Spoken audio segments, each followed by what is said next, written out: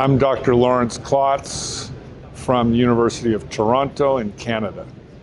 And the first point of discussion is the role of active surveillance for patients with low-risk prostate cancer. And I think there have been three key observations over the last 15 or 20 years that have really placed active surveillance right at the core of the management of these low-risk patients.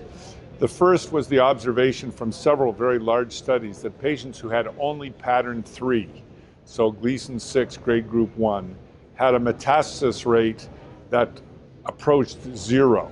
And in those very few patients who did metastasize, re-review of the original specimen showed elements of Gleason pattern 4. This is based on radical prostatectomy specimens, which avoids the issue of undersampling with biopsy. The second point is what we've learned about the molecular genetics of Gleason 3 versus 4.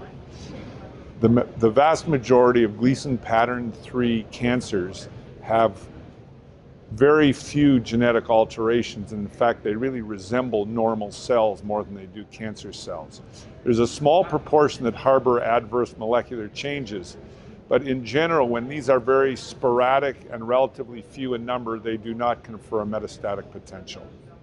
And the third is the accumulation of many now long-term, large prospective trials, totaling more than 15,000 patients, showing that with the approach of active surveillance, with periodic biopsy and serial testing of PSA, that the patients who in fact are harboring the higher grade cancers can be identified and treated effectively, so that the metastasis rate using this approach is extremely low and the quality of life benefits are obvious. So there's been a remarkable transformation in attitude, and all around the world, guideline groups are now identifying active surveillance as the standard of care for men with newly diagnosed low-risk prostate cancer.